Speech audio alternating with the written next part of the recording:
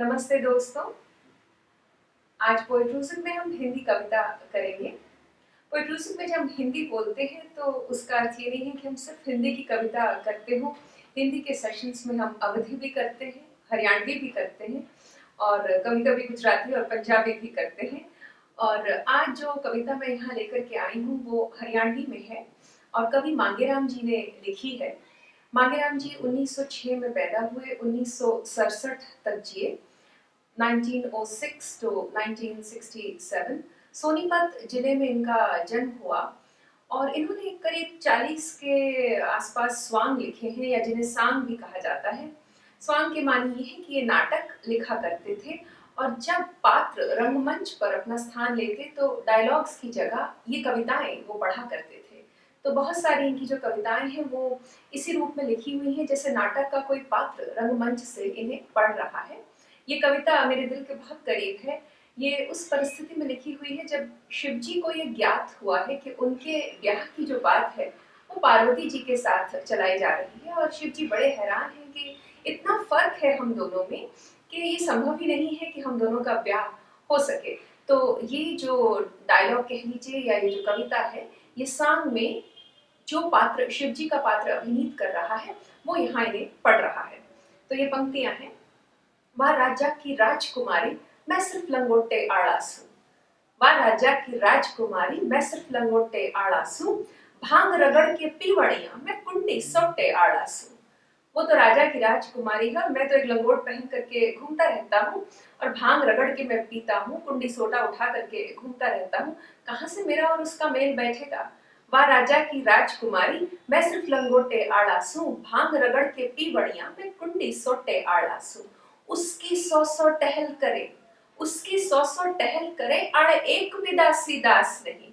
उसके आगे पीछे तो 100 नौकर जाकर घूमते हैं, राजा के महलों में रहने वाली है वो, मेरे पास तो एक भी दासी दास नहीं है।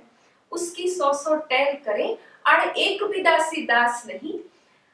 वह शाल दुशाले ओढ़न आली, कंबल तक मेरे पास नहीं। वो तो शॉल दुशाले ओढ़न वाली अमीर बाप की बेटी है, मेरे पास तो एक कंबल भी नहीं है, मैं कहाँ से उसे रख सकूंगा। वह शॉल दुशाले ओढ़न आली, कंबल तक मेरे पास नहीं। क्या के सहारे जी लावेगी, आड़े शतरंज चौपड़ ताश नहीं। वह बागा की हरियल कोयल, आड़े बर्फ पड़े हरे घास नहीं। राजमहल में दिल बहलाने के कितने साधन होते हैं, चौपड़ होती है, ताश होता है, यहाँ मेरे पास कुछ नहीं है। और वो तो बागों में विचरने वाली हरियल कोयल है और यहाँ तो देखिए सिर्फ बर्फ ही बर्फ है जहाँ मैं रहता हूँ। वह बागा की हरियल कोयल, आड़े बर्फ पड़े हरे घास नहीं। मेरा एक कमंडल एक कटोरा मैं फूटे लोटे आड़ासू। मेरा एक कमंडल एक कटोरा मैं फूटे लोटे आड़ासू। एक लोटा है सो भी फूटा हुआ है, मेरे साथ वो कैसे रहेगी। मैं अवधूत दर्शानी बाबा, मेरा रंग राग देख के डर जाएगी। आप देखिए शिव जी का जो in the Indian trinity between Brahma Vishnu and Mahesh, it's Mahesh और Shiv ji who is associated with the funerary rites. Shiv ji की जो परिकल्पना है वो शमशान के साथ जुड़ी हुई है, मृत्यु के साथ जुड़ी हुई है। वो संसार का विनाश करने वाले हैं। सृष्टि जब उत्पन्न होती है, अपना जीवन जी लेती है, तो फिर उसका नाश भी उसकी प्रक्रिया का एक बहुत ही महत्वपूर्ण अंग है और शिव जी को उस नाश का, उस विनाश का भगवान माना जाता है और शमशानी राख से उनकी पूजा भी होती है। तो इस स्टैंजा में ये वाली बात उभर करके बाहर आती है कि मेरी जो हरकतें हैं, मेरा जो भाग्य है, मुझे जो परिपाटी इस विश्व में निभानी है, उसे देख करके तो वो डर जाएगी। मैं अवधूत दर्शानी बाबा, मेरा भाग देख के डर जाएगी। मेरा रंग राग देख के डर जाएगी। मैं राख घोल के पिया करूं, मैं राख घोल के पिया करूं, मेरा भाग देख के डर जाएगी। पंचधुना के बीच तपू, वो आग देख के डर जाएगी। पंचधुना के बीच तपू, वो आग देख के डर जाएगी। मेरे 100 सर्प पड़े हैं गलमा, नाग देख के डर जाएगी।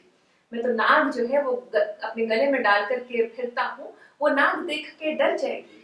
वह साहूकार की बेटी, मैं तो खस्सी टोटे आड़ासू। वो तो एक अमीर पिता की संतान है और आप मुझे देखिए, मैं इतना गरीब हूँ कि मेरे पास तो सिर्फ खस्सी का टोटा है और कुछ नहीं है, मैं खस्सी टोटे आड़ासू। किसी राजा के संग शादी करा दो, ईसा मेल मिलाना ठीक नहीं।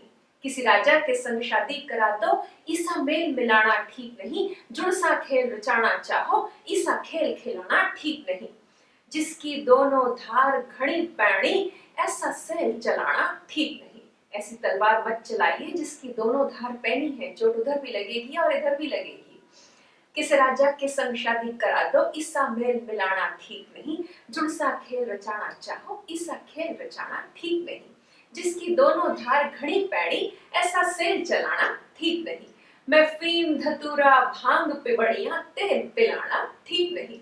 मैं तो अफीम धतूरा और भांग फूकने वाला पीने वाला इंसान हूँ, और आप कहाँ तेल पीने की बात कर रहे हैं, मुझे दूल्हा बनाने की बात कर रहे हैं। ये बात ठीक नहीं है। मांगे राम बोझ मर जाएगी, मैं जबर बरोटे आलासू। मेरे बोझ के नीचे दब करके मर जाएगी। मेरा जो काया है बहुत विशाल है मेरी काया, और भरोटे के मानी होते हैं आईब्रोज से, और मैं इतना भयानक दिखता हूँ कि मेरे बड़े बड़े भरभिट्टे हैं, बड़े बड़े आईब्रोज हैं, उन्हें देख करके वो डर जाएगी। मांगे राम बोझ मर जाएगी, मैं जबर भरोटे आड़ासू। माँ राजा की राजकुमारी, मैं सिर्फ लंगोटे आड़ासू। भांग रगड़ के पी बढ़िया, मैं कुंडी सोटे आड़ासू। तो ये थे कवि मांगे राम। आप मुझे जरूर बताएं कि ये कविता आपको कैसी लगी। चाहें तो आप मेरे वीडियो पर कमेंट छोड़ सकते हैं, चाहें तो मुझे ईमेल कर सकते हैं pratyanjahere@gmail.com। और अगर आप चाहें तो ऐसी कोई कविता हो जो आपने पढ़ी हो और आपको नहीं लग रहा हो कि आप उसे समझ पाए हैं, या आप चाहते हैं कि उसके मानी को किसी और के भी आप नजरिए से देखें, तो आप मुझे बता सकते हैं। वो कविता हम पोएट्री पर जरूर करेंगे। अगर पोएट्री के विषय में, प्रत्यंचा के विषय में आप और जानना चाहते हैं तो मुझे आप ईमेल भी कर सकते हैं pratyanjahere@gmail.com पर, या आप मेरी वेबसाइट देख सकते हैं www.pratyancha.in। और इस तरह के और वीडियो देखना चाहते हैं तो मेरे YouTube के चैनल प्रत्यंचा पर आप जा सकते हैं। आपने वीडियो देखा इसके लिए आपका बहुत बहुत शुक्रिया। फिर मिलेंगे। नमस्ते।